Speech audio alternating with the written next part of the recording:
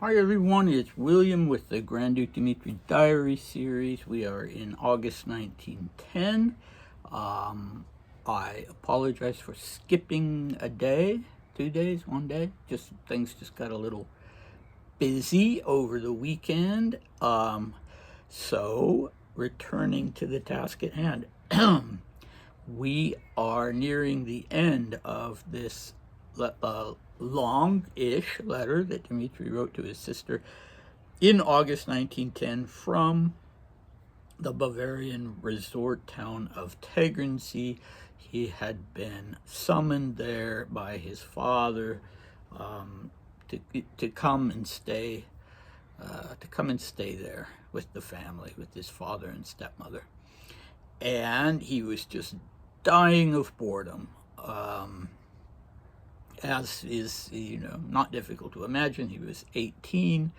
Apparently, I don't know if there was much going on in town or not. Maybe there was. There were these American girls that he refers to because Paul's retainer Yefimovich was in love with all of them, according to Dmitri. So maybe there was a fair amount going on, but Paul wasn't really letting him do much. So Paul being his father, so we'll hear a little bit about that today. This is really one of my absolute favorite things in all of the Dmitri writings that I've been able to see, whether diary entries, letters, or what have you.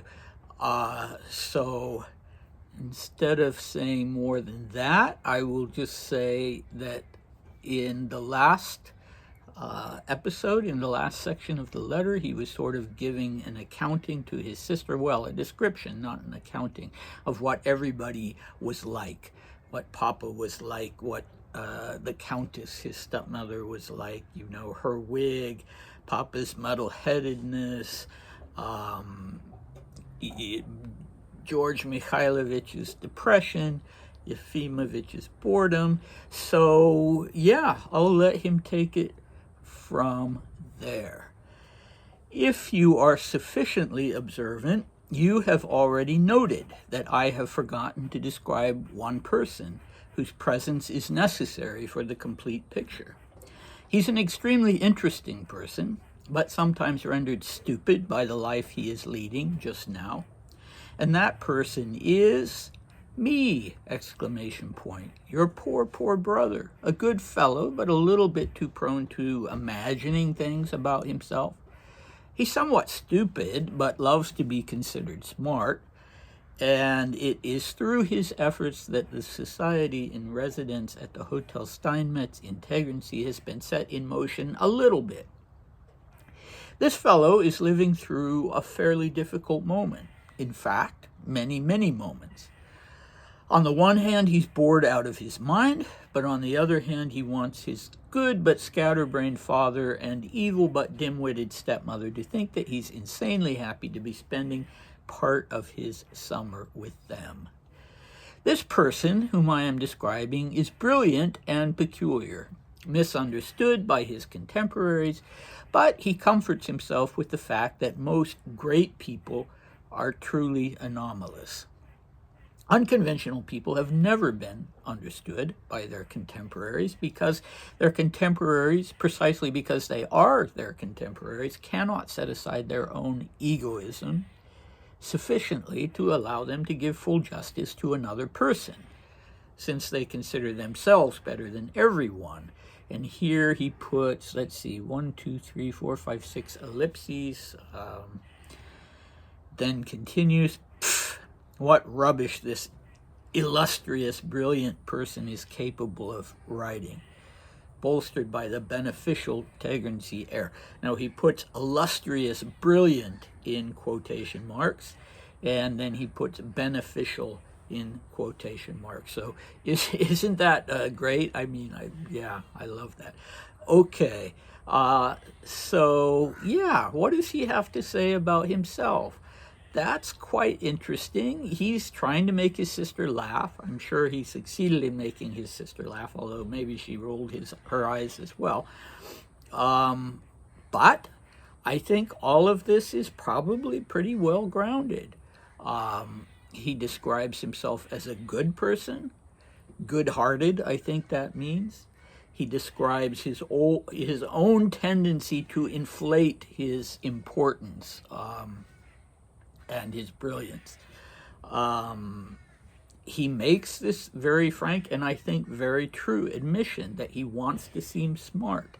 He's somewhat stupid, but he loves to be considered smart. And I think that's such an important thing about Dmitri going forward. If you read all of the diaries, if you read other people's comments about him long after 1910, you'll see that that was a consistent thing with him. He felt inadequate.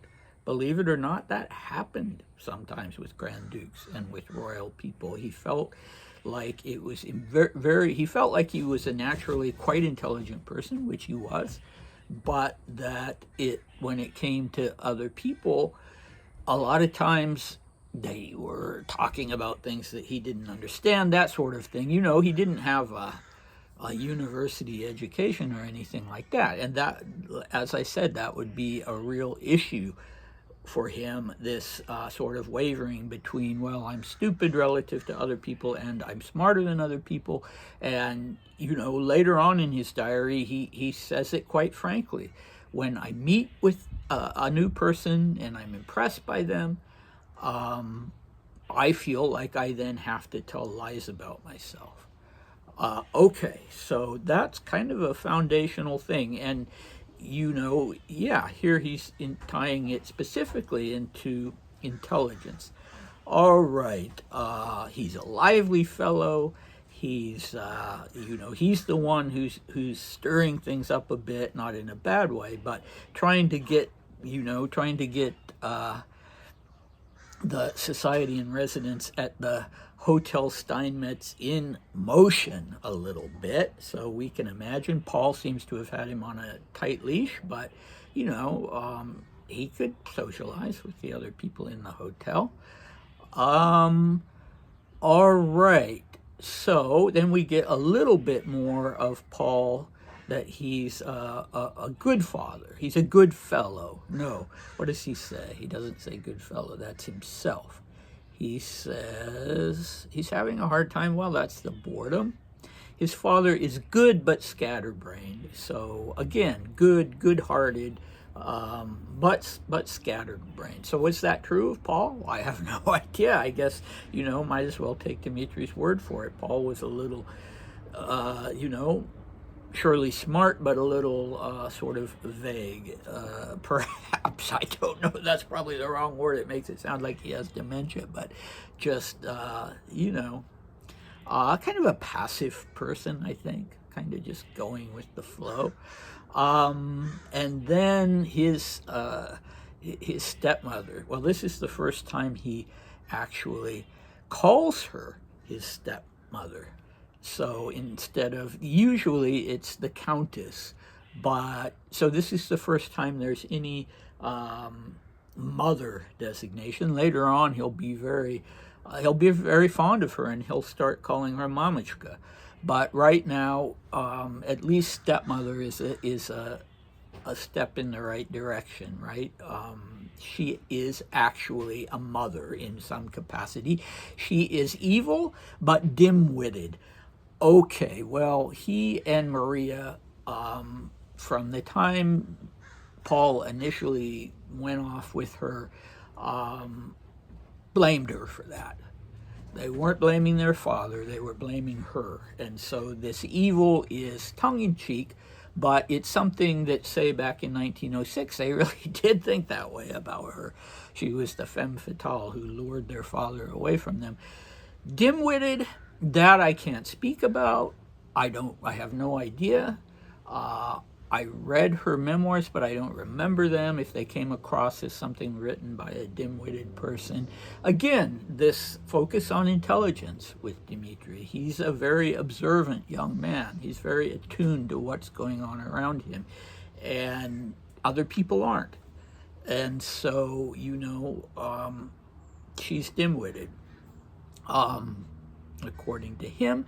But You notice when he goes on to say that he is trying to make them think that he's insanely happy to be spending part of his summer with them. He doesn't say that exclusively about his father, that I want my father to think I'm insanely happy. He says it about both of them. He wants both of them to think that. Okay, he wasn't, he was a good-hearted guy. He's right about that. I don't think he wanted to dislike his stepmother, and he was warming up to her, despite the comments on her looking like a 95-year-old woman. Okay, then we go on. Brilliant, great, unconventional, and misunderstood. Well, in a way, that sounds like every teenager that I've ever met, and probably you've ever met. But on the other hand, Dmitri is 18. He's not 14.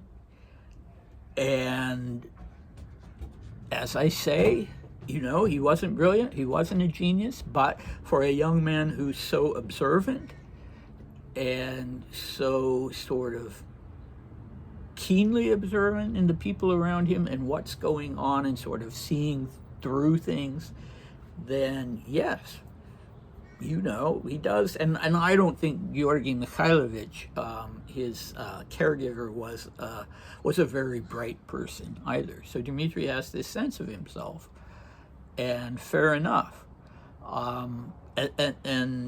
Great.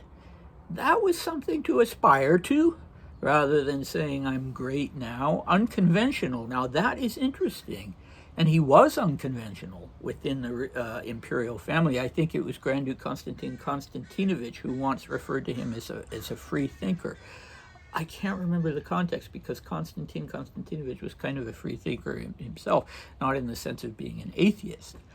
But yes, Dmitri was a modernist, and he was liberal by the terms in the context of the imperial family. And that made him unconventional within that setting. Now, whether he felt unconventional within, say, the cavalry school setting, or, with courtiers and aristocrats and that sort of thing, I don't know. But I find it very interesting, and I also agree with him. He wasn't an outlier, but he was unconventional. He was the man who, was giving speeches supporting the advances in the Soviet Union in the 1930s and that sort of thing. Was he misunderstood? That's probably the most teenage thing that he says about himself, that he feels misunderstood. So I don't know that necessarily was something that, say, when he was 28, he would have said that he felt misunderstood. Maybe. Okay. This comment, too, that I really like, when he says, what does he say? This very sort of sophisticated and intelligent, perceptive comment about why, what were the words of Christ? Can I paraphrase them? A prophet is never honored in his own land or in his own region, or however you want to say it. So this is what Dmitri's saying, not about being a prophet, but that unconventional people are not understood by their contemporaries. And then the reason he gives for it is very interesting, that it's because those people are locked into their own egotism, and they can't set it aside, and they consider themselves better than everyone. So that middle part of it, that we can't appreciate our contemporaries, who are unconventional because we are maintaining our own egotistical view of ourselves. I do think that's very perceptive. I do think that's sophisticated for an 18-year-old. On the other hand, they consider themselves better than everyone. That is, again, this sort of feeling of inadequacy that Dmitri had. People are looking at me and they're looking down their noses at me. Not everyone is that impressed by royalty. And certainly people who are royalty themselves are not going to respond to you as, oh, he's a Grand Duke, I'm so impressed. So, he's meeting plenty of people that consider themselves to be smarter, better educated, so on and so forth. In fact, there was this sort of built-in bias to look at the Grand Dukes as frivolous people, just sort of, empty-headed hedonists, that sort of thing. Some of them were, many of them were not. So, it's understandable where that comes from. Now, one thing that's really interesting is that this sort of really polarity between the brilliant me and the stupid me, I would take that right back to what I perceive in the diary entries of 1906, when Dmitri's saying every time I'm being told that every time I go to the Alexander Palace, I come back and I'm very self-important and puffed up. So, part of what the people in charge of him, whether they were employees or people like Ella, part of what they were doing with him was taking him down a notch. They saw this very, very handsome little boy who was so privileged and became a favorite of the Tsar, and he was getting more and more puffed up. And so every time there was something that was reported about him being rude or egotistical, he was taken to task for that. And obviously it sank in. It sank in, because, he has that tendency here in 1910, and he will have that tendency in 1921, and he will have that tendency in 1939, and so on and so forth. All right. Well, so forth only goes as far as 1942, I guess. Anything else? Yeah, not really. I just, the reason I emphasize this one so much is not just because it's funny, which it definitely is, but because, as I said, all of these tie into the Dmitri who was and the Dmitri who would be. All right, so what do we have next time? Very, very brief, the closing of the letter, but talking about Aunt Marie, so Paul's sister, who had married the Duke of Edinburgh, Queen Victoria's son Alfred, and was the mother of the famous Missy of Romania and Baby B and Ducky. So yeah, a little bit about her, and I hope to see you then. Bye.